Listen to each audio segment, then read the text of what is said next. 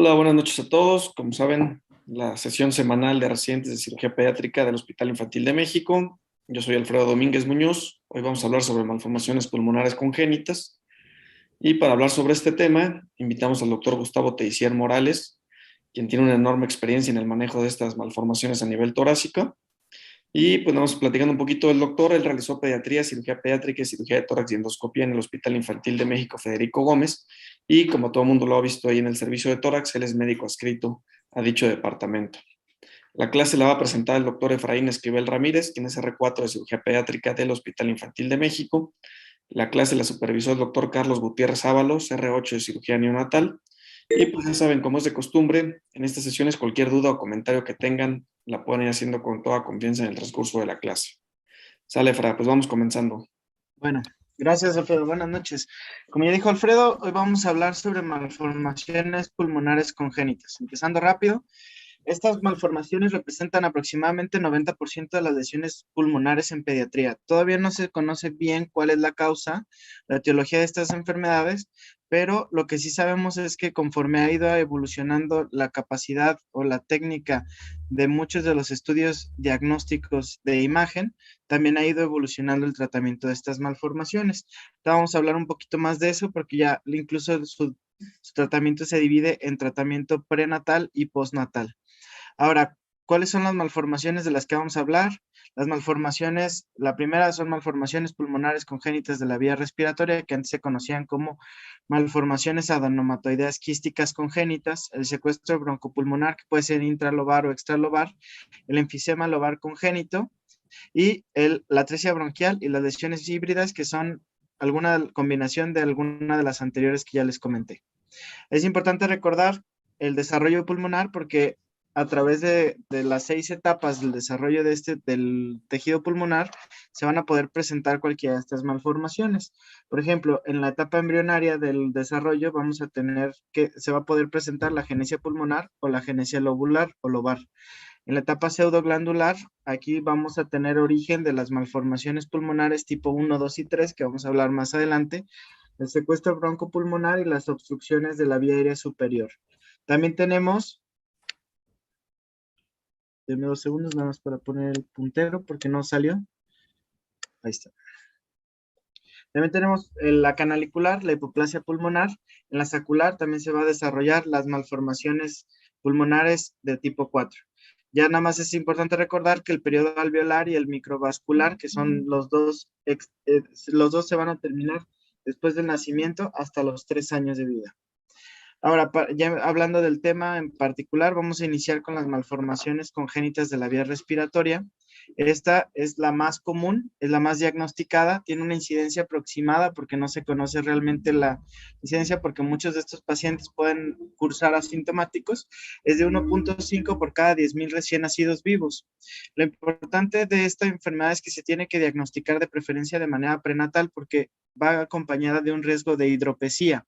¿Cómo se calcula este riesgo de hidropesía? Se va a hacer una relación del volumen de la malformación con con el perímetro cefálico. Esto se va a calcular multiplicando el largo por el alto por el ancho de la malformación.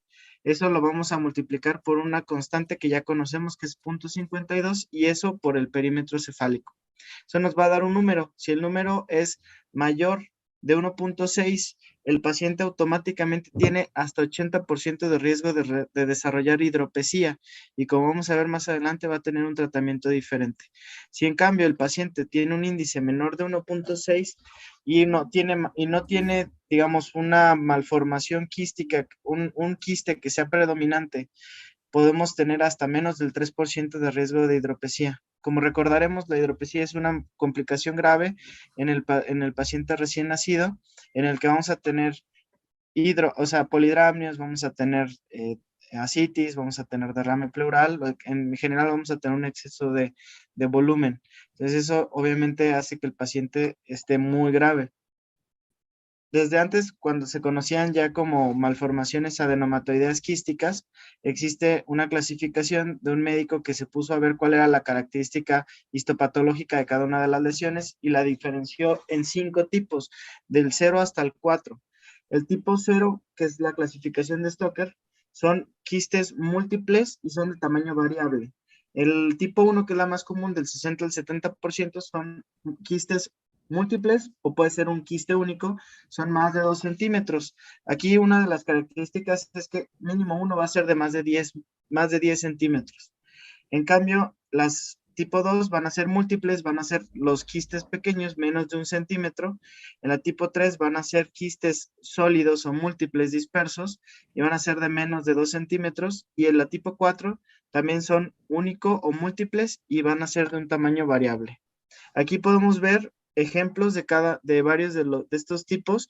Por ejemplo, la tipo 1, que sería esta que tenemos aquí a la izquierda. Como recordarán, les dije que son quistes grandes, que podemos observarlos bastante fácil. La tipo 2 va a tener quistes pequeños, de menos de 1 centímetro, y la tipo 4, que es esta, va a ser de tamaño variable. Tenemos un quiste grande y tenemos varios quistes pequeños. Aquí esto, el diagnóstico prácticamente pues, se va a dar a través de la histopatología. Ahora, también podemos ver, dependiendo del sitio que estén afectando, del árbol bronquial, separarlos por nombres. Tenemos el bronquio bronquial, que sería la tipo 1, las bronquiales específicamente, las bronquiales y acinares, que son la tipo 3, y ya solamente acinar distal cuando tenemos el tipo 4. La tipo 3 también le dicen bronquio alveolar. Ahora, ¿cuál es la forma de diagnosticarse? Lo ideal es que sea con el ultrasonido prenatal. El ultrasonido es realmente una de las principales formas en las que podemos hacer el diagnóstico. Llega a tener una sensibilidad de hasta el 90% y la especificidad del 77%. Entonces, la verdad es que es un estudio bastante fácil, pero tiene que ser hecho por alguien que realmente sepa hacer ultrasonidos prenatales. ¿Cómo lo vamos a ver? Lo vamos a ver como una zona hiperecoica. Vamos a tener va a estar desplazando en la mayor parte de los casos, sobre todo si son una malformación grande, un desplazamiento de mediastino, porque van a tener efecto de masa. Vamos a tener una versión diafragmática, vamos a tener hidropesia fetal y vamos a ver que también va a tener vasos nutricios. Aquí eso es importante porque tenemos, por ejemplo, aquí estamos viendo un ejemplo en el que observamos la zona hiperecoica. Vamos a ver cómo aquí tiene en el Doppler los vasos nutricios. Ahora, también otro estudio que se recomienda, dependiendo del autor, son la resonancia magnética fetal. En este vamos a ver que si la lesión es microquística, como en el caso del paciente de abajo, va a ser hiperintensa. Estamos viendo aquí cómo se observa literal la lesión. ¿Eso por qué se va a dar? Porque como son microquistes, van a estar llenos de líquidos y no se va a alcanzar a ver la diferencia realmente entre las células y el líquido. Están tan pequeñas porque son tan chiquitas que no se va a observar. Va a parecer como si fuera solamente sólido y se va a ver hiperintensa. Ya si son más grandes, son macroquísticas, vamos a poder notar mucho más fácil la diferencia entre lo sólido y lo líquido y vamos a poder ver que es hipointensa. También se puede hacer la TAC postnatal. En el caso, esta siempre se recomienda hacerse, sobre todo para hacer el tratamiento, más que nada el tratamiento que podamos nosotros planear el acceso que vamos a tener con este paciente. Ahora, cuando nosotros hacemos el tratamiento, en algunos casos se puede hacer biopsia. La verdad es que no está tan indicado, pero sí, en todos los pacientes a los que se les hace la resección, siempre se tiene que mandar a biopsia para que sepamos cuál es el tipo de malformación con la que estamos tratando. La resonancia, lo que les comentaba que no siempre se pide, es porque hay autores que consideran que como el tratamiento al final del día va a ser la misma, la resonancia fetal realmente no te va a causar una gran ventaja y sí es un costo más importante para el paciente. ¿Cuál es el cuadro clínico? Es un espectro un poco amplio, va desde el niño recién nacido que requiere una ventilación mecánica, que realmente es la gran minoría de los casos, hasta un niño con neumonías recurrentes o un niño adulto que son totalmente asintomáticos. Lo que sí es que aproximadamente 30% de los niños recién nacidos con esta malformación van a tener este tipo de problemas y solamente el 10% van a requerir un manejo ventilatorio avanzado, ¿sale? Ahora, ¿cómo vamos a tener que diferenciarlas? Pues una hernia diafragmática congénita del lado derecho, por ejemplo, al momento de que nos está haciendo efecto de masa, sobre todo si son lesiones microquísticas en las que no podamos ver, pueden hasta cierto punto confundirse en el momento de hacer el ultrasonido con la densidad que tiene el hígado. Entonces, eso nos podría estar dando al momento un diagnóstico diferencial. También puede ser con agenesia pulmonar, porque eso también nos va a causar que el pulmón, esto sobre todo con una malformación grande, cuando tenemos un pulmón que no podemos observar, entonces eso puede ser también que nos cause un poquito de alteración. También podemos tener síndrome de obstrucción congénita de las vías respiratorias altas cuando tenemos una malformación bilateral, que la verdad es que es muy rara, pero se puede llegar a presentar y en algunos, en la literatura lo mencionan como importante. Y en el caso de la atresia bronquial o bronquiolar lobar o segmentaria también es importante, sobre todo también como les comentaba en las lesiones microquísticas. Las macroquísticas es un poquito más difícil de confundirlas. El tratamiento prenatal y perinatal de estas malformaciones van a depender de lo que ya les había comentado, del índice del tamaño de la malformación con el perímetro cefálico. Si es menos de 1.6 y no hay hidropesía, el paciente puede ser sin problema vigilancia solamente. Pero si el paciente tiene menos de 32 semanas de gestación y tiene una lesión microquística con un índice de más de 1.6 o tiene ya hidropesía, se le tiene que dar betametasona intravenoso a la madre. Esto nos ha demostrado que tiene un 90% de supervivencia. Cuando nosotros no damos este tratamiento, la gran mayoría de los pacientes que tienen un problema de malformación quística van a nacer con problemas. Y si ya tienen hidropesía, la hidropesía es el 100% de los pacientes que mueren si no se da tratamiento. Entonces, con este tratamiento se ha demostrado que hay un hasta 90% de supervivencia. Si no responde a este paciente, pues obviamente tiene que ser una cirugía abierta. En el caso de que el paciente tenga una edad de menos de 32 semanas de gestación, la lesión sea macroquística, se tiene que hacer directamente una derivación por una derivación toracoamniótica. ¿Cuál es la diferencia con la microquística y la macroquística? Que la macroquística no va a responder a la betametasona, o sea, eso está demostrado ya clínicamente. Entonces es por eso que en estos pacientes se tiene que poner una derivación toracoamniótica como la que estamos observando aquí y que en el ultrasonido se va a hacer, o sea, la colocación se va a hacer guiada por ultrasonido y aquí podemos observar en este caso la derivación.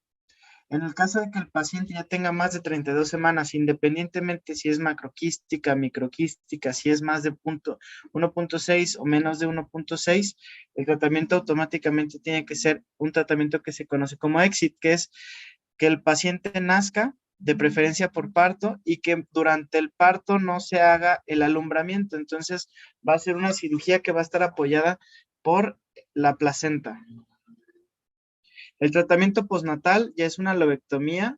En este caso se prefiere sobre la segmentectomía porque hay menos lesiones, o sea, se ha demostrado que hay más efectos secundarios con la segmentectomía como fuga de aire o infecciones y en otro caso lesiones de la vía aérea, excepto si vamos a tener una malformación obviamente que afecta a varios lóbulos. Si afecta a varios lóbulos, ahí sí tenemos que hacer una cirugía lo más localizada posible para tratar de salvar lo más que se pueda el pulmón, porque pues obviamente no podemos quitarle más de un lóbulo al paciente.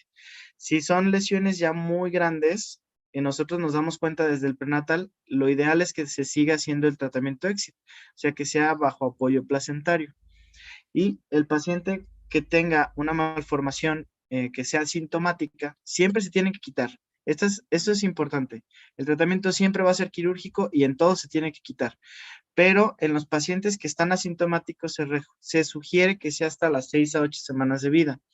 ¿Por qué a esta edad? Porque se ha demostrado que realmente no hay una mejoría, o sea, no hay un cambio importante en cuanto a que si lo operamos pronto o lo operamos después, en cuestión del riesgo quirúrgico, del riesgo de anestesia, pero sí se tiene la teoría de que mientras más pronto se opere, más tiempo tiene el pulmón de compensar esa lesión que le estás haciendo y que el óvulo que nos queda mejore la función. Para el tratamiento se sugiere en este caso que sea una lobectomía toracoscópica. Para eso vamos a tener al paciente intubado de lado contralateral al donde vamos a operar. Obviamente lo vamos a tener con una angulación ligeramente en prono. Se van a situar el ayudante del lado anterior del paciente y vamos a colocar 3 puertos de 5 milímetros. Es lo que sugieren en el libro de Ashcraft. Y aquí lo que dicen es que es para que podamos nosotros meter instrumentos como la engrapadora, que es más fácil encontrar de 5 milímetros, pero también se podría usar de 3, porque realmente lo que te sugieren es que uses que el instrumental sea de 3 milímetros de 20 centímetros de longitud. Ahí vamos a insuflar con CO2 a 4 milímetros, a 4 va a ser bajo. Se van a identificar y se van a sellar la arteria pulmonar a nivel tanto proximal como distal, y vamos a identificar igual el lóbulo y el bronquio del lóbulo que vamos a resecar, y también tanto a nivel distal como proximal se van a ligar, y a nivel distal vamos a dejar una ligadura para que podamos más fácil estar manipulando. Se va a identificar después y se van a ligar obviamente proximal y distal la vena pulmonar, y ya que estén aislados se va a resecar en fragmentos y se va a retirar por la cánula inferior, dejando al final una sonda pleural en en el puerto más inferior. ¿Cómo vamos a ver? Aquí vamos a ver dependiendo del lado que estemos operando. En teoría es un esquema de cómo deberíamos ver más o menos los pulmones. En el caso que sea del lado izquierdo, vamos a tener un lóbulo superior y un lóbulo inferior. Aquí vemos en lo rojo las arterias y las venas en color azul, y en blanco toda la vía aérea. En cambio, si estamos hablando del lado derecho, vamos a tener un lóbulo inferior, lóbulo medio y un lóbulo superior, también con las arterias en color rojo, las venas en color azul y la vía aérea en color blanco. Aquí podemos ver ya en vivo cómo se ve el lóbulo superior, el lóbulo medio y el lóbulo inferior del pulmón derecho. Ahora les voy a pasar un video rápido sobre la lobectomía toracoscópica. Como ya habíamos visto, el paciente está en una posición adecuada, se van a colocar, bueno, ahorita van a marcar y van a colocar los 3 trócares. En este caso, lo que nos sugieren es primero siempre abrir para poder observar bien. Con las mismas, aquí van a ir identificando lo que son los vasos nutricios. Con las mismas pinzas, comentan que se puede ir sacando el aire para que sea un poquito más fácil la manipulación. Vamos a ir, en este caso, ligando tanto a vena como arteria y el bronquio. En este caso, ya que los tenemos bien ligados, se va a resecar y lo vamos a ir resecando por pedazos y vamos a irlo sacando por los mismos, por los trócares que ya teníamos. Y al final dejas la sonda pleural. Ahora, vamos al siguiente, es un caso clínico. Espérame, tantito, Efra, regrésate a la previa. Ya está con nosotros el doctor Teixier. Doctor, gracias por conectarse. Doctor, algunas preguntas estamos hablando ahorita sobre malformaciones de la vía aérea congénitas, las malformaciones adenomatoides quísticas que antes se les decía así. Y pues Efra habló un poquito del manejo prenatal en estos niños, pero ¿tenemos alguna experiencia en el hospital o qué hacemos cuando se nos presenta un paciente con una lesión de este tipo que se diagnostica en la edad prenatal? Hola Alfredo, gracias por la invitación. Hijo, es que son muchas cosas. Yo sé que es muy poquito tiempo para de verdad meterse en el tema, pero las malformaciones adenomatoideas, les seguimos diciendo malformaciones adenomatoideas, aunque ahora se llamen malformaciones de la vía aérea broncopulmonar. Y la verdad es que seguimos utilizando la clasificación de Stoker que siempre hemos utilizado, porque es la más práctica clínicamente hablando. Las otras clasificaciones son histopatológicas y no tienen realmente una manera o una traducción clínica, ¿no?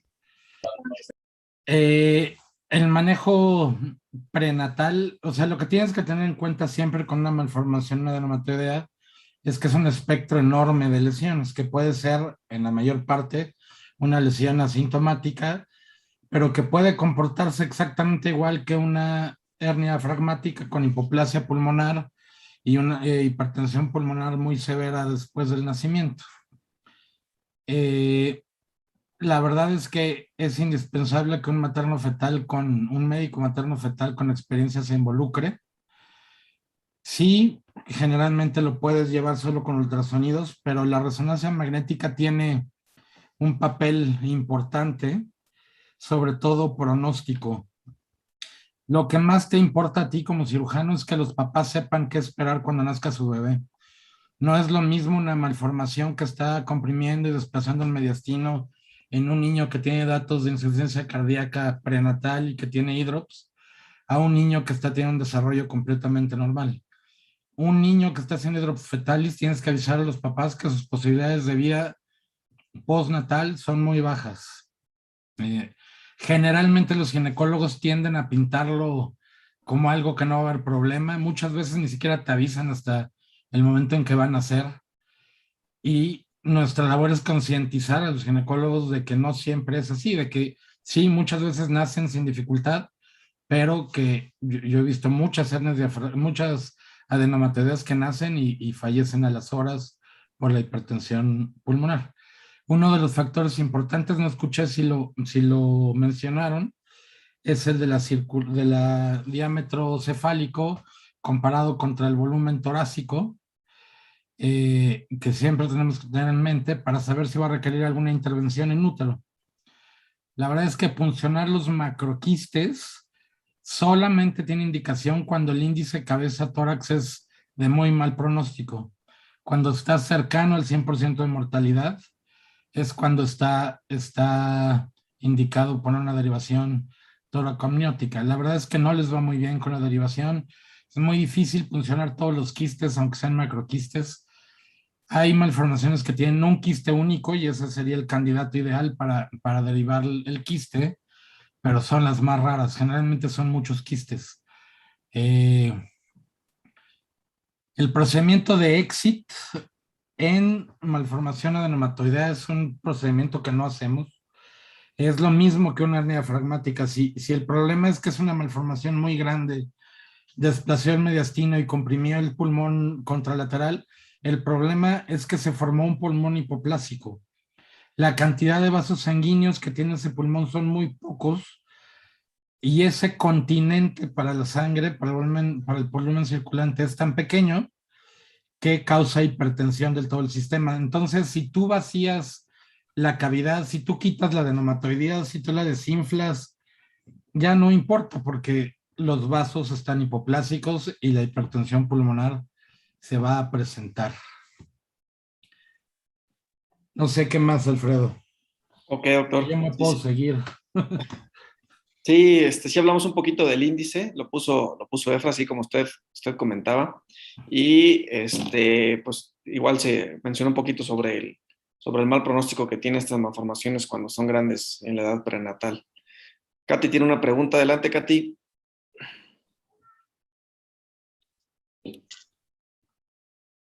Hola, buenas noches, doctor. Doctor, y en la etapa postnatal, ¿a qué edad recomienda usted operar a estos pacientes? Ya, o sea, el paciente está estable, De detectaron eso depende todo. la MAC y el paciente... Acuérdate que esto es una enfermedad que si está antes... estable o no, pero... Ajá. Acuérdate que esto era una enfermedad que antes se daban cuenta cuando te tomaban la placa para el catastro torácico para entrar a trabajar, ¿no? La verdad es que gran parte de los niños nacen asintomáticos.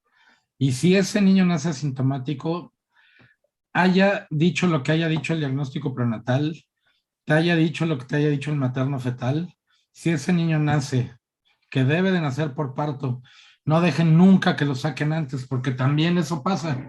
Le surge por sacarlo, no sé muy bien por qué, y entonces tienes un prematuro con malformación adenomatoidea. Entonces no dejen que lo saquen antes, que nazca por parto cuando tienen que nacer para que nazca un niño de peso adecuado. Y si ese niño llora y no tiene dificultad respiratoria, no hay por qué intubarlo, no hay por qué ponerle oxígeno suplementario, no hay por qué dejarlo en ayuno, nada. O sea, es un niño que puede nacer, comer, irse con su mamá e irse a su casa. Yo ni siquiera les tomo tomografía al nacimiento. porque al nacimiento, si el niño está asintomático, no hay que hacerle nada. Hay muchas opiniones al respecto, pero cada vez más está más escrito y hay más consenso en que no se debe de operar una malformación pulmonar al nacimiento. Aumentas el riesgo de intubación, sepsis y todas las complicaciones de la terapia intensiva 27 veces si lo operas de recién nacido comparado a que lo operes a los 6 meses de edad. Entonces, lo que nosotros hacemos, lo que yo hago es que si el niño nace bien, que coma y que se vaya a su casa. Le tomo una placa de tórax solo para corroborar que tiene la adenomatoidea que nos dijeron en el diagnóstico prenatal y ya. Y después, el doctor Rothenberg dice, porque él es la persona con más experiencia en el mundo en esto, él dice que los opera a los 4 meses porque le interesa que no se infecten y los opera por toracoscopía. Yo te aconsejaría, y lo que hago yo, es que me espero a los 6 meses. Yo a los 6 meses les tomo una tomografía y veo si sigue del mismo tamaño, si se redujo. Hay un pequeño porcentaje de adenomatoideas que desaparecen. Entonces a los 6 meses tomo la tomografía, verifico que sigue existiendo y las características y lo opero alrededor de los 6 meses por toracoscopía. En un niño con una cavidad torácica mucho más grande, con vasos más grandes y que lo vas a poder sacar extubado, pues a lo mejor en la terapia intensiva, pero extubado y que puedes o no dejarle sonda, pero si se la dejas, se la vas a dejar 3 días y después se va a ir a su casa. A comparación de un recién nacido, que después de una toracotomía, porque va a tener que ser toracotomía porque es recién nacido, se va a echar 2 semanas y se va a echar 1 semana intubado y le va a pasar todo lo que le pasa a los pobres niños en la UCIM. Ok, doctor. Gracias. Karen, adelante. Gracias. Hola, doctor, buenas noches. Hola. Doctor, nos hablaba Efra acerca del tratamiento que, bueno, se comenta que preferimos la lobectomía sobre la segmentectomía, pero ¿en qué casos podríamos realizar alguna segmentectomía o si es preferente realizar la lobectomía? Nunca hagas una segmentectomía. Las segmentectomías son no anatómicas porque el segmento no está definido anatómicamente, está definido por sus vasos. Pero en la superficie del pulmón no hay una manera que tú sepas exactamente dónde empieza y dónde termina el segmento. Las segmentectomías generalmente se hacen las gentes que no saben hacer lobectomías. Entonces, ahí donde ven que terminan los quistecitos, ahí le ponen una pinza y le cortan encima de la pinza y le suturan encima de la pinza. Eso corres muchos riesgos. Corres riesgos de que en tu pinza haya quedado quistes y no lo hayas quitado completamente, porque a veces los quistes en la superficie no corresponden con la distribución de los quistes adentro del parénquima. 2, tienes el riesgo de que si se te resbala la arteria pulmonar de adentro de tu pinza, te va a sangrar muchísimo y te vas a meter en un problema. Entonces, en niños chiquitos, en lactantes y recién nacidos, las lobectomías son muy fáciles, pero tienes que, regla número 1, saber la anatomía de la arteria, de la vena pulmonar y del árbol bronquial. Tienes que sabértela de memoria. Yo tengo un dibujito que el día que quieran se los presto, en donde tengo por lobectomía superior, inferior, media, derecha y superior, inferior, izquierda o língula, la distribución de los vasos. Y pues más al principio que ahora, pero siempre antes de entrar a la lobectomía pensaba que la lobectomía era agarrar a mi hojita y volvía a repasar la distribución de la vena, de la arteria y del bronquio. Porque te vas a encontrar lóbulos que no tienen cisura. Tú siempre entras, lo primero que haces en abierta o en toracoscópica es ir a la fisura, porque ahí vas a encontrar primero la arteria, luego la vena y luego el bronquio. Ya que tienes controlados la arteria y la vena, ya, o sea, lo más que te puede pasar es que sangre una bronquial pero tu niño ya no se va a morir si te sangra, ¿no? Entonces yo nunca te aconsejaría hacer una segmentectomía, a menos de que fuera algo muy pequeño como una metástasis pulmonar que pues a lo mejor sí duele sacrificar todo el lóbulo, pero para cualquier otra cosa yo te recomendaría hacer lobectomías anatómicas con control vascular total. Perfecto, doctor. Gracias. Gracias. Adelante, Ivancho. Hola, doctor, buenas noches. Buenas Doctor, noches. para el manejo por toracoscopía de este tipo de pacientes, ¿recomienda utilizar, específicamente para la vía aérea, recomienda utilizar clips, grapas, engrapadoras lineales o no sé qué, cuál es su experiencia en eso, doctor? Si eres Stephen Rottenberg, él tiene unas engrapadoras articuladas de 3 milímetros. Wow. Que están increíbles porque como está articulada, la metes derechito por la entrada, pero ya que llegas al ilio, rotas la línea de grapas y puedes poner encima del bronquio. Esas solo las tiene él y se le hacen a él. ¿Y el resto de los mortales, doctor? El resto de los mortales, puedes utilizar clips, que es lo más cómodo y es muy fácil ponerlos, pero a mí en lo particular me dan miedo. Porque te puede quedar una fuga si la parte del ángulo donde cierra el clip, a veces ahí no cierra bien y puede fugarte. Yo le doy un puntito de PDS o 2 y así yo quedo más tranquilo, pero se pueden usar clips. Son los clips que usamos para la ScholarLab. Sí, o una engrapadora, o sea, sí, un ligaclip de titanio o una engrapadora de clips de 5 milímetros que echan clips de 1 en 1, igual que los ligaclips. Ah, ok. Que hay de 5 y ni siquiera son tan caras. Va a costar 3,000 pesos una engrapadora, pero pues nosotros no las tenemos. Ahora, un punto de PDS transfictivo en un niño chiquito quedas perfecto. Okay.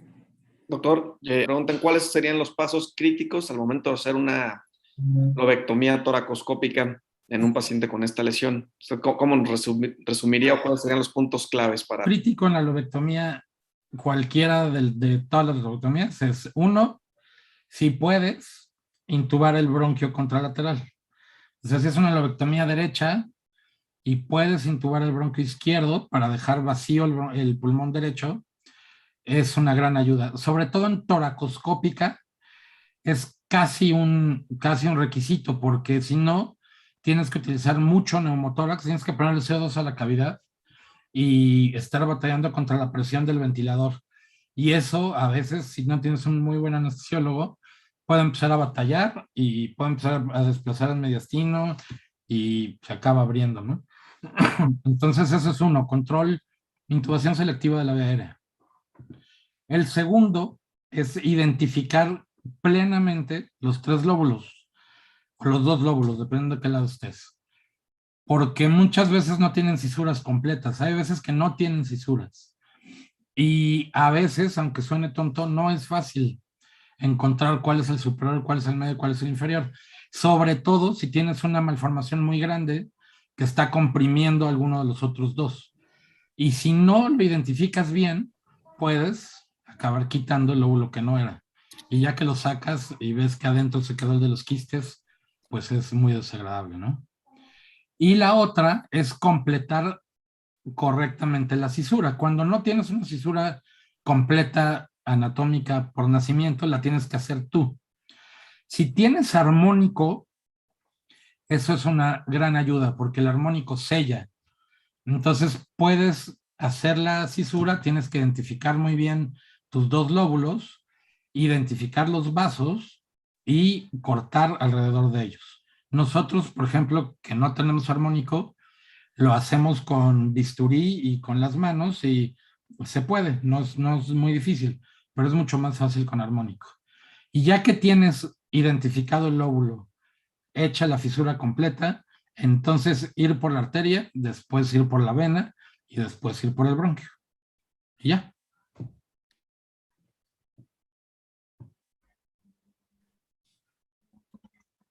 Apagaste tu micrófono. Sí, perfecto, doctor. Gracias. Entonces, pues seguimos, Efra, con los siguientes temas.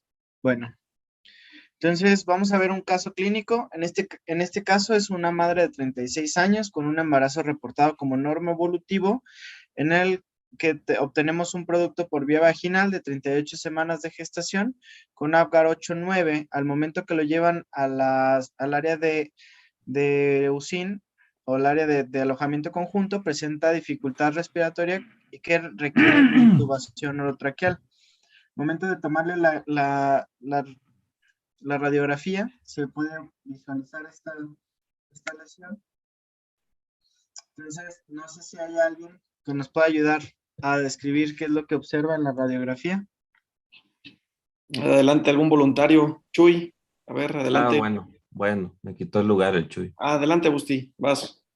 Tenemos una placa de tórax en PA aparentemente. Se observa tejidos blandos íntegros. Se observan las costillas que también están íntegras. Luego, del lado derecho del paciente, observamos aparentemente tejido pulmonar que está desplazado por la silueta cardíaca. Luego, en el lado izquierdo, no se distingue bien el parénquima pulmonar. Hay radiopacidad generalizada, pero en la porción, en los 2/3 medios, hacia la columna vertebral, hay una imagen ahí que está un poquito más radiopaca, que en la mitad superior del pulmón pareciera que hiciera como una punta, y luego en la porción de abajo, como que no se distingue ahí muy claro qué más hay. También se observa en la línea media el desplazamiento de la vía aérea. Al parecer es la cánula orotraqueal que está desplazada hacia el lado derecho del paciente. ¿Da? ¿Qué diagnóstico le pondrías, Busti?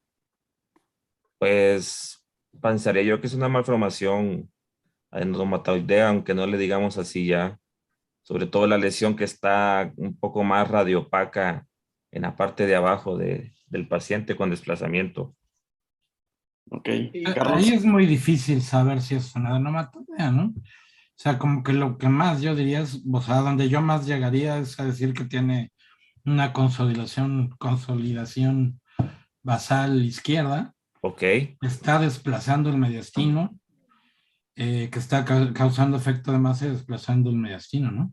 Okay, porque doctor. no le veo quistes. Todavía si le viera quistes, podría decir que a lo mejor es una adenomatoidea, pero eso o es microquística o es sólida, ¿no? Doc, y con eso que dicen que no sé si estoy equivocado, que la tipo 2 puede ser como una lesión sólida, ¿qué tanto Sí. veríamos? ¿Sí? No verías ningún quiste. Ok. Se ve como una masa sólida y es de las más malas de todas, es de las que más síntomas da. Ok. Pero pueden ser muchas cosas. Aventurarte a decir con esa placa que es una adenomatoidea, pues yo no lo diría, ¿no? Y hasta puede ser una hernia diafragmática, ¿no? Con situs inversus y ya sube el hígado. Sale, Fra, ¿tienes algo más?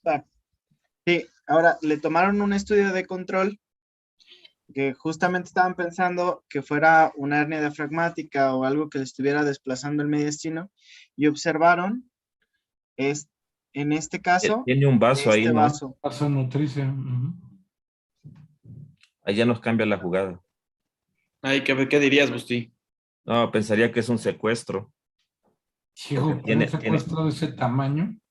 Sí, Doc, está raro, pero ahí lo que orienta es que tiene un vaso nutricio que aparentemente no se ve la comunicación exacta, pero aparentemente... Y si yo te dijera que es un secuestro que a una hernia con un secuestro, ¿qué me dirías? Una hernia diafragmática. Y que tiene además un secuestro pulmonar. Ojalá nunca nos toque uno así, doble. Yo no me parecería, Doc, porque se ve aparentemente diferencia entre el tejido pulmonar y el tejido intestinal. Fíjate que es súper común, ¿sí?, que encuentres secuestros. Ok. En las hernias diafragmáticas. Digo, no creo que sea este caso, pero... Puede pasar. Sí, es común.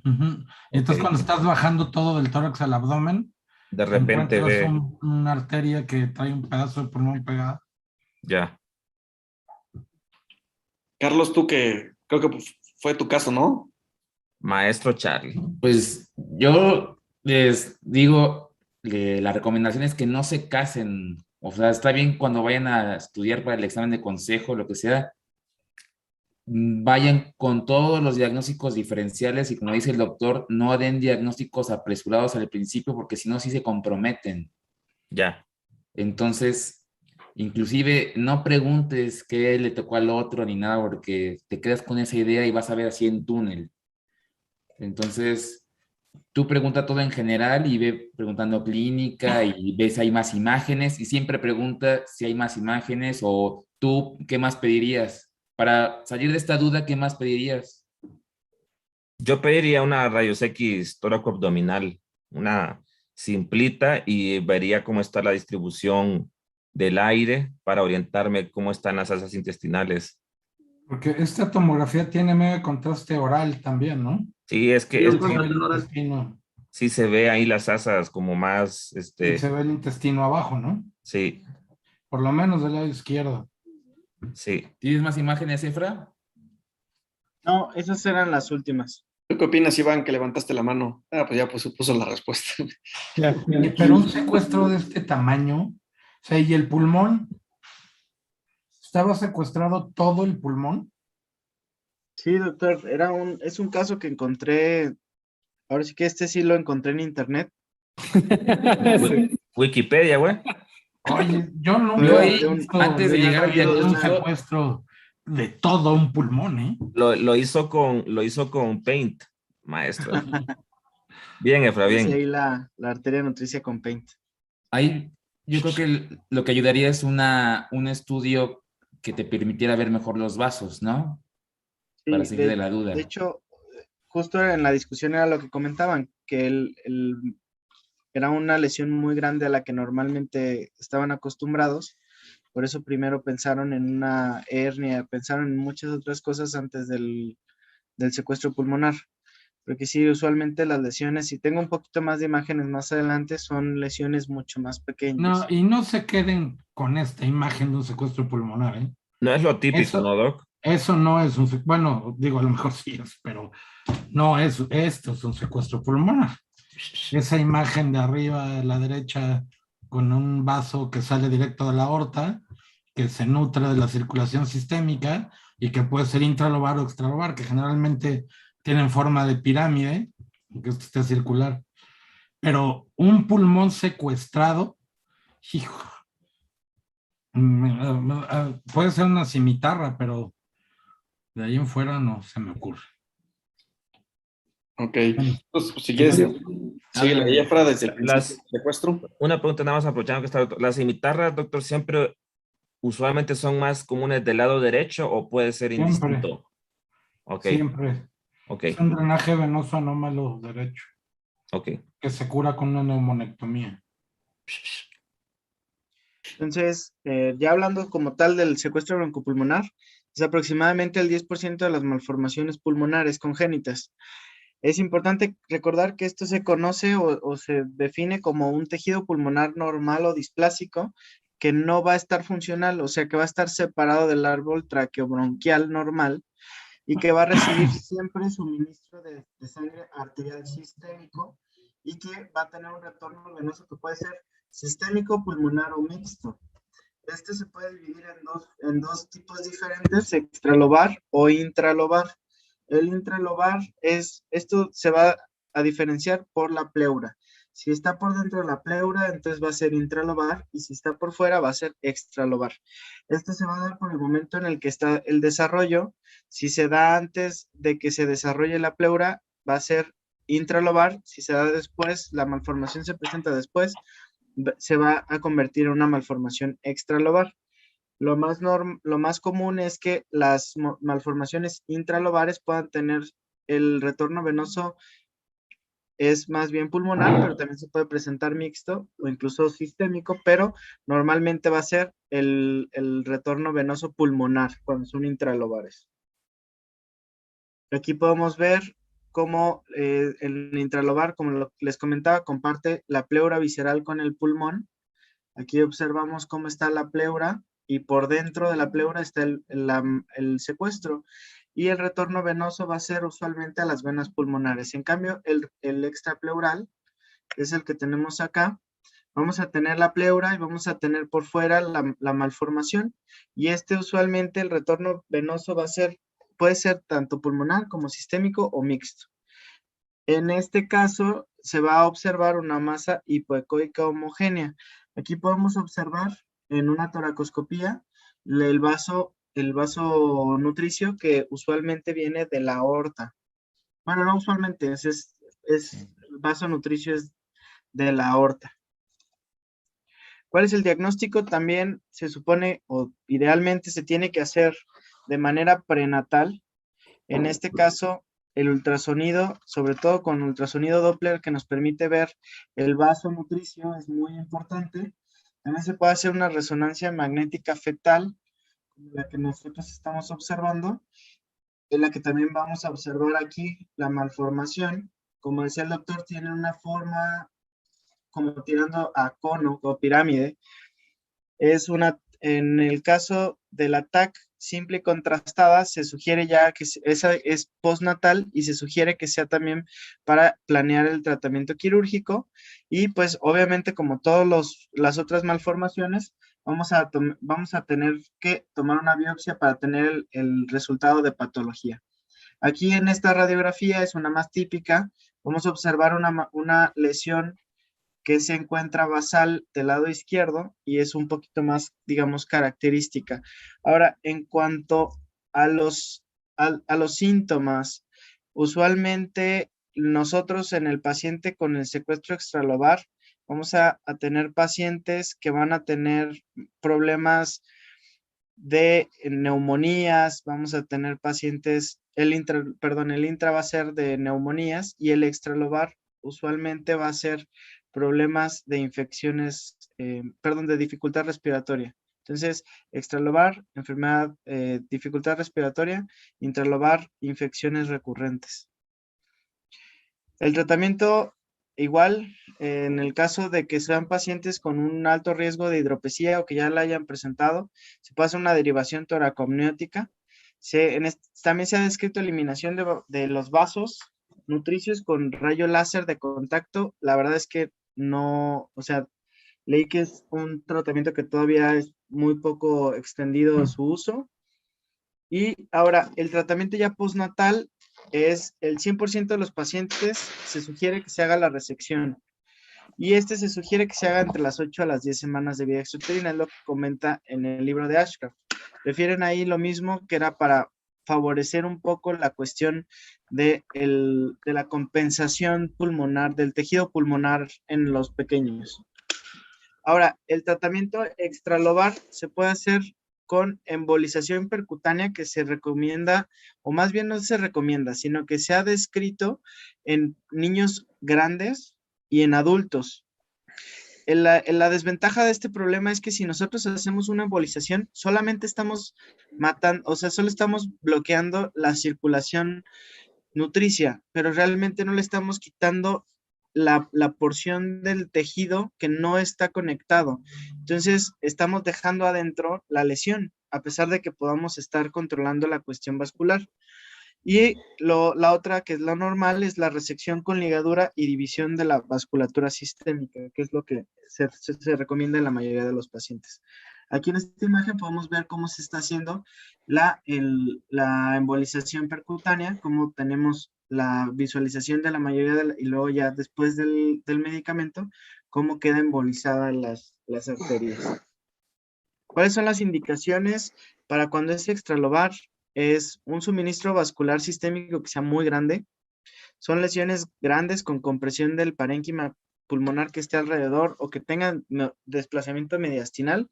Lesiones con componentes quísticos en la ecografía o en la TAC postnatal que nos puedan estar confundiendo con las malformaciones pulmonares, congénitas pulmonares de la vía aérea, o lesiones que continúan creciendo después del nacimiento y lesiones dentro y debajo del diafragma que también se pueden presentar. En los pacientes asintomáticos, en algunas ocasiones con lesiones muy pequeñas, podríamos considerar dejarlos sin tratamiento. Aquí tengo un video sobre una resección de secuestro broncopulmonar en el que observamos la lesión, en este caso la está disecando, observamos cómo encuentra el sitio donde tiene la vasculatura, en este caso la está separando. Aquí va a hacer un clipaje de la porción proximal y posteriormente de la porción distal. Va a hacer una resección y este segmento se va a retirar o se va a extirpar del paciente. Choguesco. Finalmente, bueno, pues prácticamente ya con eso es como termina como para la cirugía. consejo eso. Doctor, yo tengo una pregunta. Adelante, Giselle.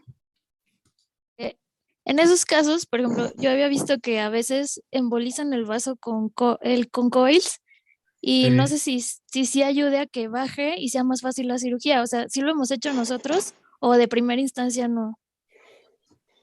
Mira, voy a decir a lo mejor algunas cosas que están diferentes a lo que nos acaban de decir.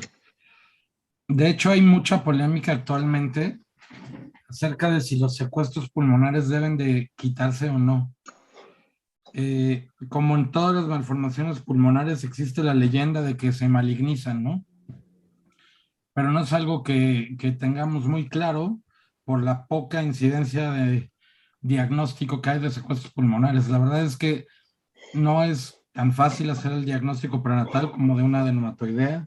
El diagnóstico prenatal sigue siendo una porción muy baja de los casos y la gran mayoría nacen, crecen y se mueren con su secuestro pulmonar sin que se den cuenta. Entonces, encontrar la incidencia de cáncer pulmonar en secuestros pulmonares es muy difícil y seguramente es bajísima, pero no lo sabemos realmente. Entonces, los secuestros pulmonares generalmente no se infectan porque no están conectados al árbol bronquial, entonces no están abiertos al medio ambiente y no reciben bacterias. Se infectan en caso de que haya una sepsis, en donde haya bacteremia y haya siembra hematógena, pero eso es muy raro.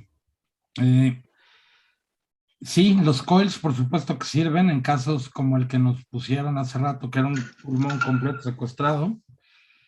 A lo mejor, ¿no? Sí sirve y se emboliza y el tejido se necrosa y desaparece. O sea, desaparece completamente. Solo que la respuesta inflamatoria a que tengas necrosis de un segmento pulmonar, pues es una reacción inflamatoria importante y son unos días en donde el niño va a estar con fiebre, con respuesta y demás, ¿no? Yo creo que en la actualidad, si quieres operar secuestros pulmonares, es porque estás empezando a hacer toracoscopía y quieres operar algo que sea relativamente sencillo. Y los secuestros pulmonares son muy fáciles, sobre todo los extralobares. Los intralobares tienes que hacer una lobectomía pulmonar como en cualquier persona y quitar el secuestro con el lóbulo pulmonar, pero en los extrapulmonares son fáciles. Hay que tener mucho cuidado porque si se te bota el clip del vaso nutricio que viene directo de la aorta, pues vas a tener que convertirlo y vas a tener que convertirlo rápidamente para evitar una gran cantidad de sangrado porque va a sangrar mucho. Yo vi una vez un secuestro pulmonar torcido en una niña de 15 años que llegó con derrame pleural. Metimos el toracoscopio y lo que encontramos es que el secuestro extralobar supradiafragmático se torció sobre su propio eje, se necrosó y sangró un poco. Entonces la niña tenía dolor pleural y tenía fiebre. Yo creí que iba a ser un empiema y fue un secuestro pulmonar torcido. No estoy de acuerdo que se tengan que operar a las 4 semanas. Son niños que pueden crecer mucho antes de que los puedas operar. Mucho me refiero incluso a años. Pero bueno, si lo quieres operar, yo creo que se deben de operar como cualquier otra malformación congénita alrededor de los 6 meses por toracoscopía, ¿no? Este es un caso muy bueno para empezar a operar toracoscopía. Ok, doctor. Gracias. Gracias, doctor. ¿De qué? Adelante, Alex. Hola, doctor. Muy buenas noches. Hola. Estaba muy interesante el caso que comentó. Sin embargo, está esa duda, como dice usted, de la controversia respecto al tratamiento o lo dejamos al paciente básicamente en vigilancia. Pero hay metaanálisis que mencionan que incluso solo con síntomas pues un poco sutiles, en el caso un poco de polipnea o incluso saturaciones menor de 91%, estos pacientes ya los operan. Entonces, ¿nosotros qué criterio utilizamos, doc, para ver si lo operamos y si lo dejamos en vigilancia, como en cuánto tiempo, como en qué estudio de imagen le podemos dar ese seguimiento? Mira, la conducta habitual sigue siendo, o la conducta, ¿cómo le diremos? Estándar, o lo que debes de contestar cuando te lo pregunten en el consejo, es que se operan. Hay mucho publicado cada vez acerca de la posibilidad de ya no operarlos. Por ejemplo, Rottenberg es un gran, o sea, él siempre dice que siempre se tienen que se tienen que operar. Yo creo que, pues, si no pensara así, no tendría los números que tiene, ¿no? Él es alguien que está a favor de operar todos los casos de malformaciones congénitas, no importa qué, ¿no? Ahora yo creo que sí se debe de operar. Tienes que informar a los papás que lo correcto sería operarlo, pero que se puede vigilar, y se puede vigilar hasta que tengamos una edad en la que puedas ofrecerle un tratamiento toracoscópico con un gran porcentaje de posibilidad de realizarlo toracoscópico, o sea, que no la tengas que convertir. Si tú metes a un niño de 4 semanas a quitarle un secuestro pulmonar por toracoscopía, es muy probable que lo acabes convirtiendo porque aguantan muy poco el neumotórax. Entonces te van a empezar a presionar y pues te vas a tener que acabar abriendo. Entonces, si le vas a ofrecer toracoscopía, que yo creo que debes de ofrecérsela porque es una lesión que no pone en peligro su vida en los primeros días ni meses, yo me esperaría hasta que tenga alrededor de 6 meses para operarlo. Yo le haría una tomografía también a los 6 meses para planear el abordaje quirúrgico, y antes solo corroboraría el diagnóstico con una placa de tórax o con un ultrasonido Doppler en manos de alguien que sepa de neonatos, ¿no? Los secuestros no crecen con el tiempo ni se van volviendo más grandes. Yo no he conocido secuestros que causen dificultad respiratoria. Tendría que ser un secuestro muy grande y generalmente son bastante pequeños. Y no están conectados a la circulación pulmonar casi nunca. Entonces, si no están conectados a la circulación pulmonar, no están secuestrando, no funcionan como un cortocircuito. Entonces, lo que pasa habitualmente es que lo toleran muy bien y lo puedes quitar alrededor de los 6 meses. Perfecto, doctor. Muy bien, Efra. Doctor. Seguimos. Adelante, Charlie. Adelante. El doctor nos recomienda que siempre que abordemos estos pacientes para poder diferenciar bien entre un secuestro y una MAC, pedir siempre la tomografía contrastada, pero pedir angiotac de tórax. Yo pediría simple y contrastada, y las placas contrastadas, las TACs contrastadas en la actualidad, pues ya son un angiotac. La verdad es que tiene una definición, o sea, muy buena. Puedes pedir después la reconstrucción de la circulación central y de la aorta y sus ramas, pero pues con una tomografía normal te la hacen, ¿no? Ya no es como antes que tienes que pedir un estudio, un angiotac en específico. La verdad es que las nuevas son muy buenas. Ok, gracias, pero doctor. sí, siempre checaría, porque además ahora cada vez más también hablamos de las lesiones híbridas.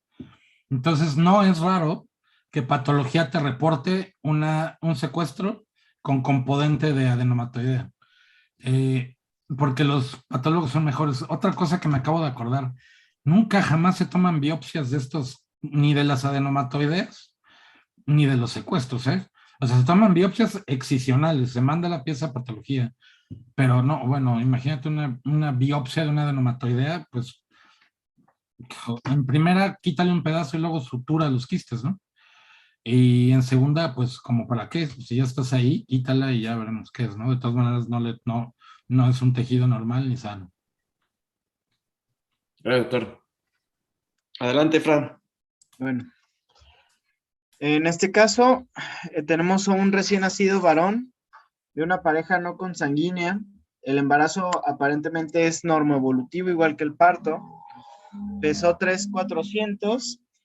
Le pusieron vitamina K, orinó, evacuó sin problemas y a las 14 horas de vida empieza con dificultad respiratoria. La exploración física lo encontramos hemodinámicamente estable, solamente que está saturando 87% y es... Cuando le colocamos oxígeno, aumenta hasta 92%. Aquí en este caso podemos observar la imagen que tenemos en la radiografía de su lado derecho. No sé si hay alguien que quiera dar alguna Adelante. opinión. A ver, ahora sí, Chuy.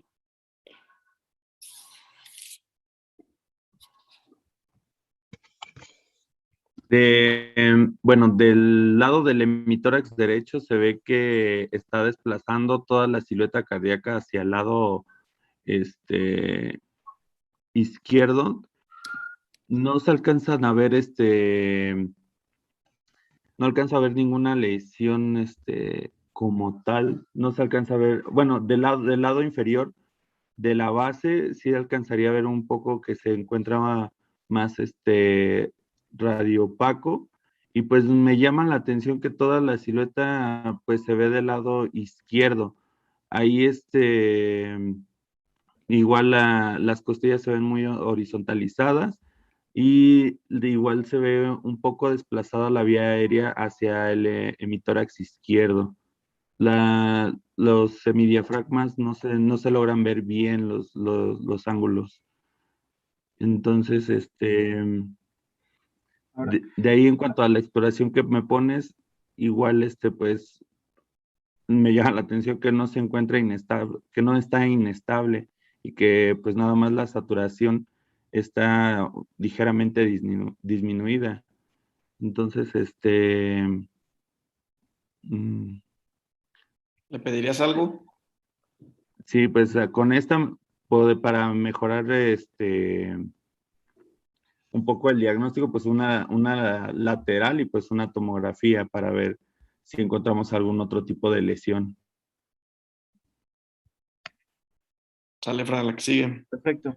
Ahora, le tomaron otra radiografía y les pongo esta porque justamente una de las características de la malformación que estamos viendo es que la primera imagen nos va a aparecer como la que les mostré. Si se la tomamos muy, muy inmediata al nacimiento, Temprano. nos puede aparecer velada, pero ya unas horas después podemos observar esta radiografía. ¿Es el mismo paciente, Efra, o nos estás Es el haciendo mismo trampa? paciente. No, este sí Ah, es el ok. mismo paciente.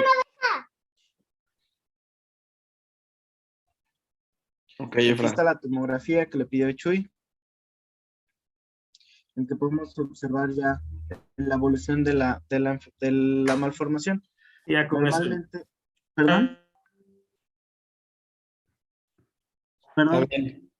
Ah. ¿Qué más, Efra? Síguele. Bueno, entonces ya, enfisema lobar congénito. Ahora, el enfisema lobar es un problema en el que va a haber una sobredistensión de los espacios aéreos de uno o más lóbulos o un segmento pulmonar.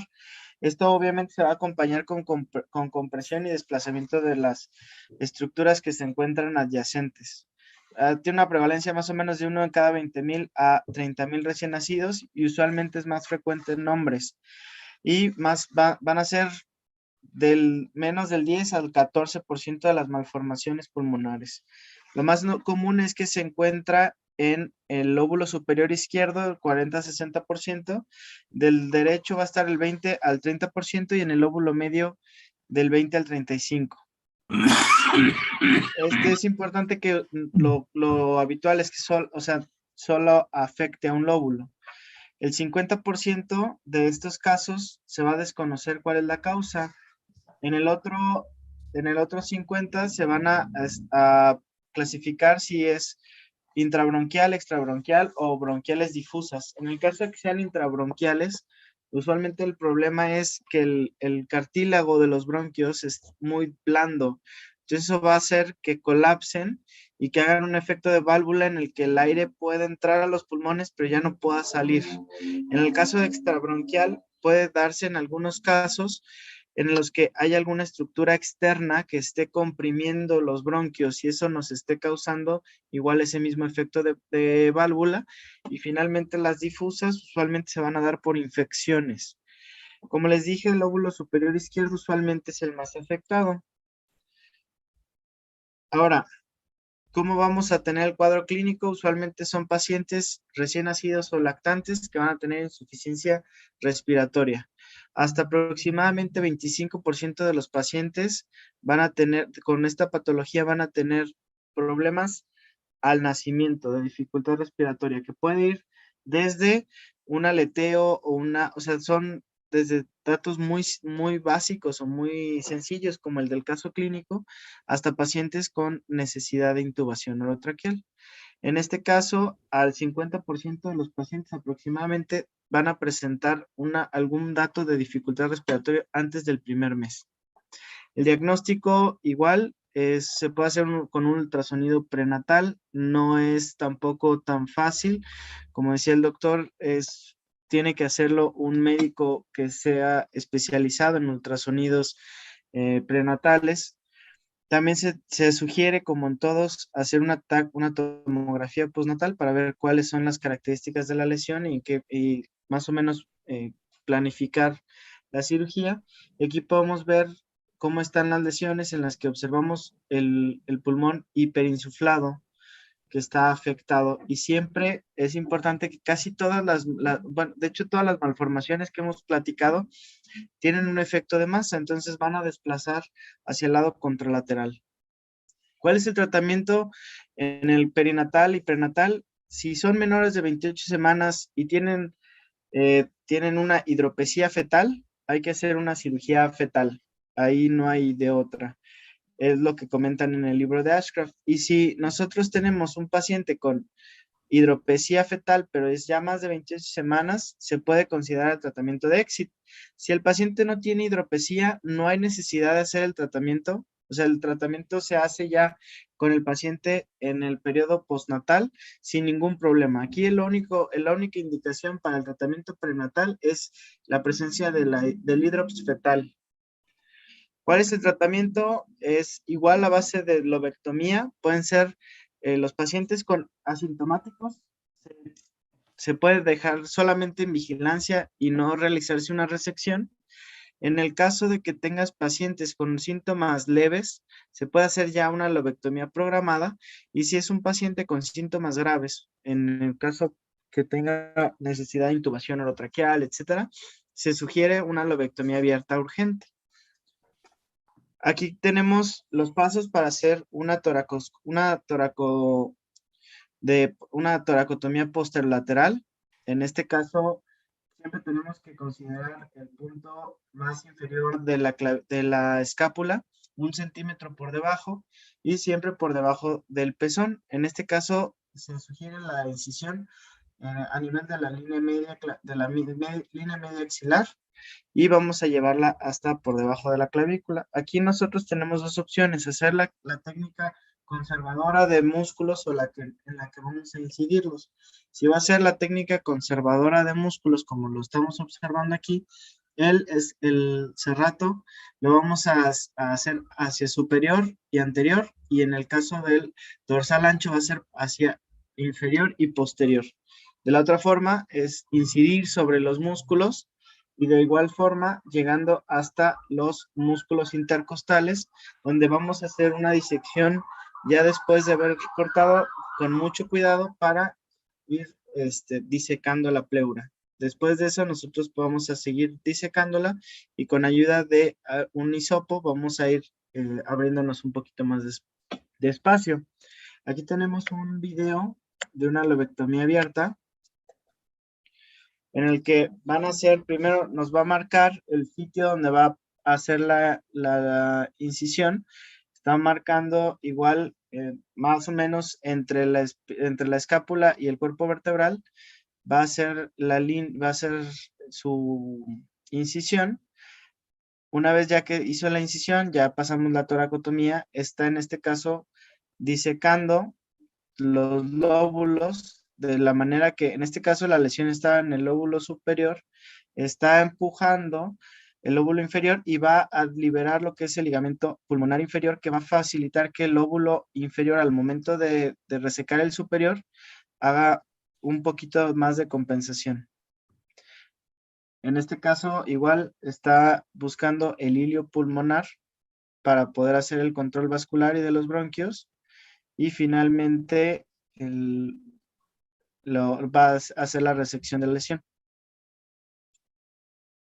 Y creo que será. Ok, Efra, espérame tantito. Doctor, ¿te hiciera algo que nos quiera comentar sobre enfisema lobar? Sí.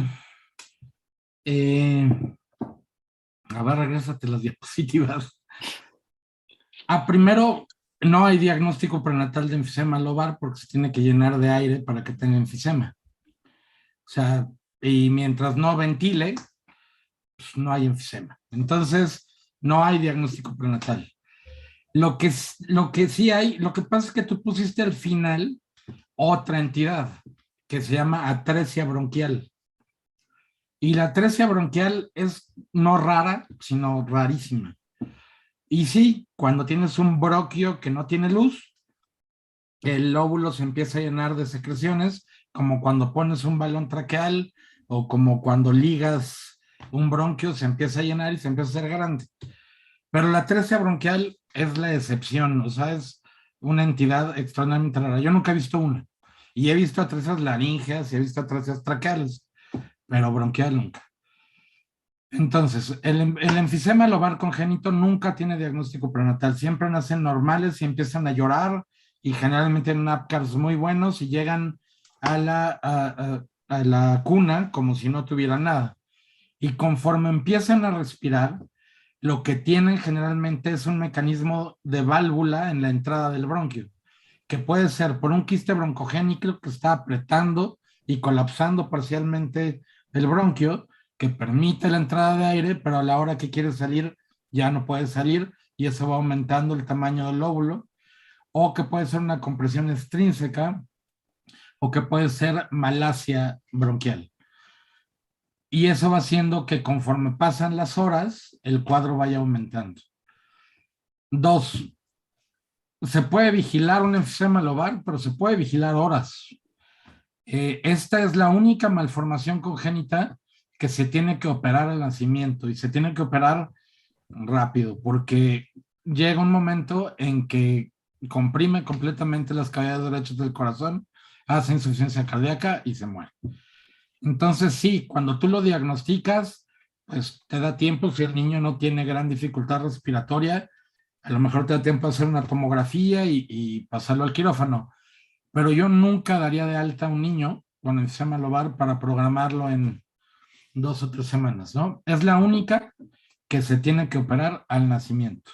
Todas las demás puedes esperarte si tú quieres, esta no. ¿Qué más? Doctor.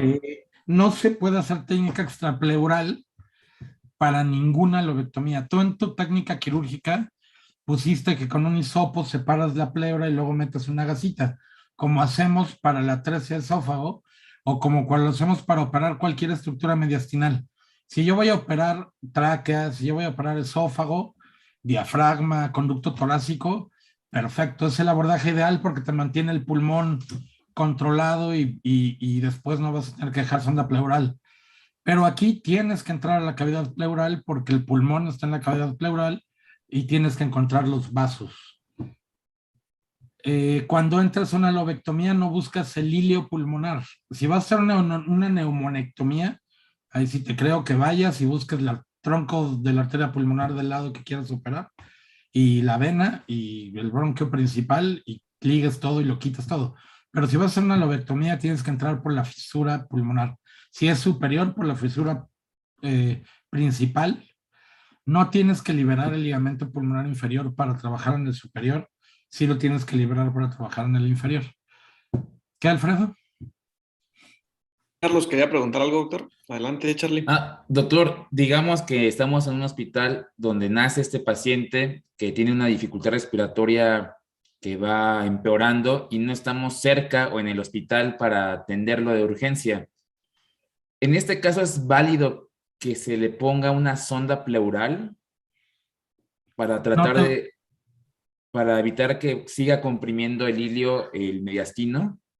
Si tienes la fortuna de que el pulmón no aguante, se rompa la pleura y haga una fístula broncopleural, la vas a poder drenar la fuga de esa fístula con una sonda. Pero si no se abre el pulmón solo sigue creciendo. Tú has visto, Carlos, cuando hacemos lobectomías y ya acabaste y le pides al anestesiólogo que le dé una valsalvita para que se distienda, la fuerza con que se distiende el pulmón, o sea, si tú quieres comprimirlo o desplazarlo, pues es como un balón de fútbol, ¿no? Se pone con una buena tensión superficial. Pues en el enfisema, perdón, en el enfisema lobar, eso es, o sea, se hace una bolsa enorme con muchísima tensión en la pared, pero no se rompe, como está contenida en el tórax, generalmente no se rompe, lo que va haciendo es empujar y desplazar hasta el otro tórax y llenarlo también. Entonces una sonda pleural realmente no te va a servir de mucho. Lo que tienes que hacer es intubarlo y manejarlo como si fuera un asmático, ¿no? Que hacen autopip, con presiones muy bajas, con presiones respiratorias muy altas, y mandarlo en cuanto puedas a un centro de tercer nivel. Gracias, doctor. Adelante, Itzamara. Hola, buenas noches. Hola. Soy yo, Eric. Adelante, Eric. Hay una pregunta. Pusieron que para valoración se puede pedir ultrasonidos, pero por ejemplo, para este tipo de lesiones. En el enfisema lobar. Sí te ayuda realmente el ultrasonido porque siento que tendrías, que no podrías ver bien. Depende a quién le preguntes. Si me preguntas a mí, desde el punto de vista quirúrgico, el diagnóstico lo tienes con una placa simple de tórax y con el cuadro clínico. Con eso no me va a quedar duda. Pero puede ser que para los neonatólogos, y con su cuestión esta del ultrasonido funcional y ultrasonido pulmonar, les pueda ayudar a ver qué tanto se sigue moviendo el diafragma y qué tanto tiene de intercambio de aire, o sea, qué tanto está ventilando ese pulmón o ya está inmóvil de tan tenso que está.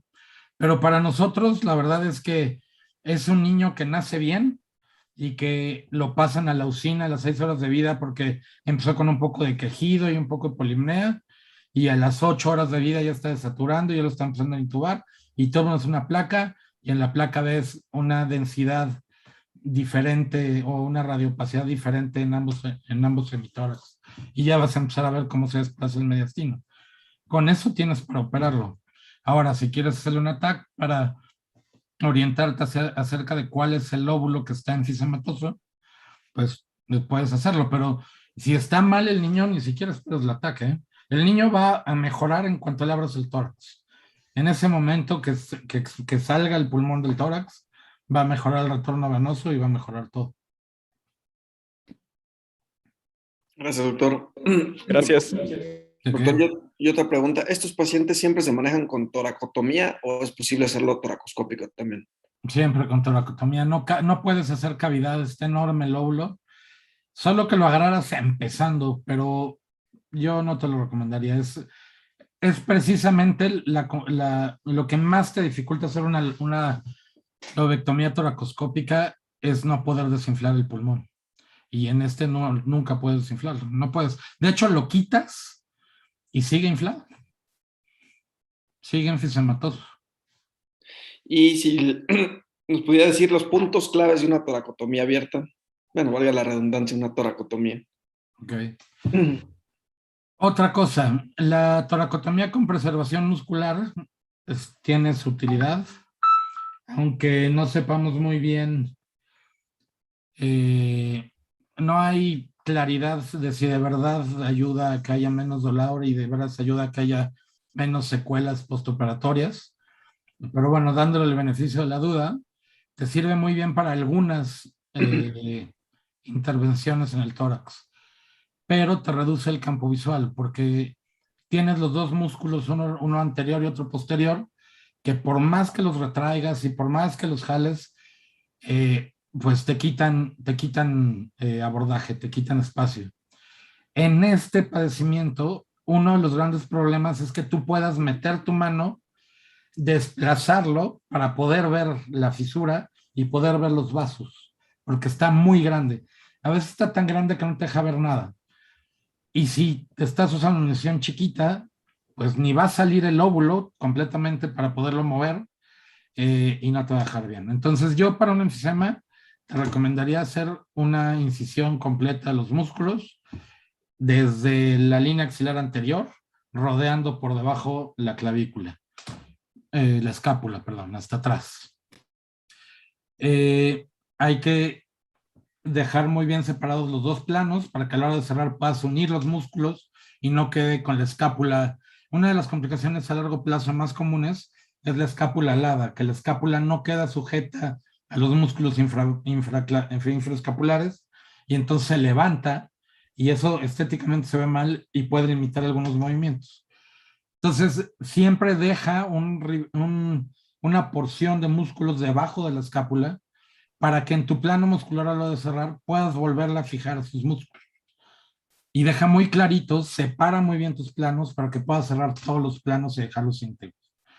Porque ese es el problema. A veces se deforman un poco o mucho con la edad los niños que se les hace toracotomía.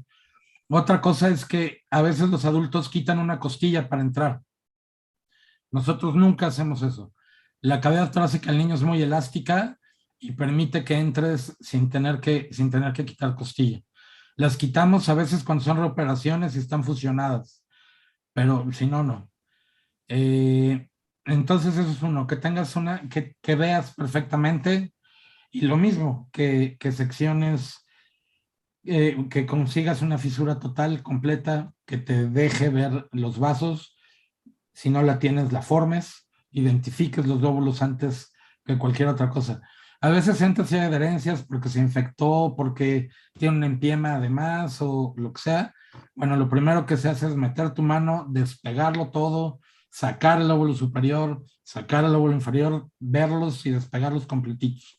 Y ya que hiciste todo eso, entonces puedes abrir tu fisura y buscar tus vasos. Y ya que encontraste los vasos y los llegaste cada uno, entonces ya tienes controlado. Obviamente, primero encuentras el bronquio de tu lóbulo que vas a quitar, lo pinzas con un clamp vascular, le pides al anestesiólogo que te dé una valsalva para asegurarte de que ese bronquio que vas a quitar es el bronquio que va al lóbulo que estás quitando, para que entonces cuando le den la valsalva, los demás lóbulos se van a inflar, se van a insuflar correctamente.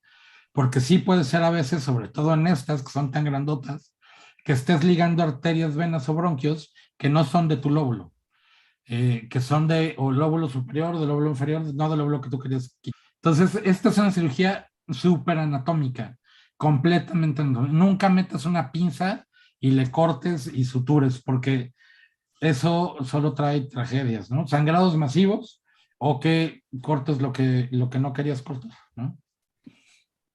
Perfecto, doctor. Gracias. Sale, Efra, pues ya me falta un tema, son 2, 3 diapositivas y terminamos. Entonces, ya hablando sobre los quistes broncogénicos y la atresia o estenosis bronquial, estamos hablando primero del quiste broncogénico, que es un brote anómalo del divertículo traqueal o de la cara ventral del túbulo digestivo primitivo, y son usualmente lesiones que van a estar con paredes delgadas, revestimiento epitelial, bronquial y llenas de moco. Aparte de eso tenemos atresia, que es una expansión excesiva del pulmón distal a la obstrucción. Nos puede producir, en el caso de que nos afecte a ambos pulmones, una obstrucción de la vía aérea superior, que se conoce como CHAOS. Todo puede afectar a todo un pulmón o puede ser una alteración solamente de un lóbulo en la que es una atresia bronquial periférica. El diagnóstico igual se comenta que en algunos casos el ultrasonido prenatal es una de las formas de hacer el diagnóstico. Se puede tomar una resonancia fetal o una tomografía postnatal en el caso ya para planificar el tratamiento. El tratamiento en los pacientes prenatales igual es muy similar al previo. Si tenemos paciente con hidrops fetal y menos de 28 semanas, se sugiere que se haga una cirugía fetal abierta, y si ya pasa de las 28 semanas, que se haga un tratamiento con un protocolo de éxito. Todos los quistes, de acuerdo al libro del doctor de Ashcraft, deben de resecarse cuando, si son sintomáticos, se puede hacer una resección o una aspiración en el momento que se diagnostican, y si son asintomáticos, se puede hacer un seguimiento y resección a partir del mes de vida. Siempre es importante que se reseque la capa mucosa cuando no se logra una resección completa de la lesión. Eso es con la intención de que se disminuya el riesgo de que haya una recidiva en este tipo de pacientes.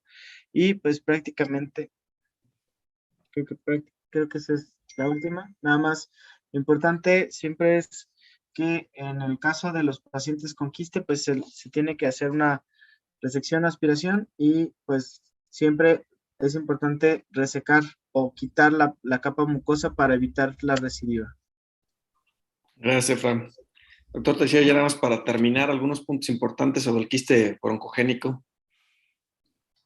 Es muy raro que un quiste broncogénico te dé síntomas al nacimiento. En todos los casos mencionaste tratamiento en éxito. Es que a mí, yo creo que o sea, no me puedo imaginar el caso en el que necesitas hacer tratamiento en éxito en quiste broncogénico. Lo único que podría hacer es puncionarlo, y puncionarlo saliendo del útero de su madre yo creo que es algo demasiado peligroso y que no tendríamos por qué hacer. Generalmente los diagnosticamos en etapas posteriores de la vida, generalmente cuando se ablactan y no pueden correr, no pueden comer adecuadamente, o porque tienen estridor, porque comprimen la tráquea. Generalmente pueden emerger de cualquier lado, pero lo común es que salgan de la hendidura o del pliegue que hay entre la tráquea y el esófago. Generalmente los quitamos por toracoscopía, niños arriba de los 6 meses.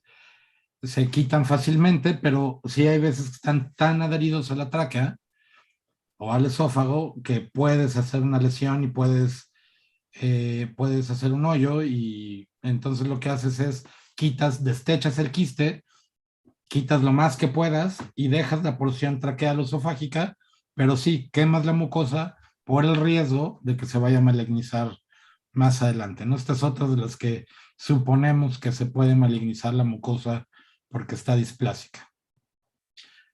Esto es una de las causas más comunes del enfisema lobar congénito, los quistes broncogénicos que están en algún bronquio terminal y que comprimen el bronquio y que no permiten que se vacíe y que hacen que ese lóbulo crezca y se vuelva enfisematoso.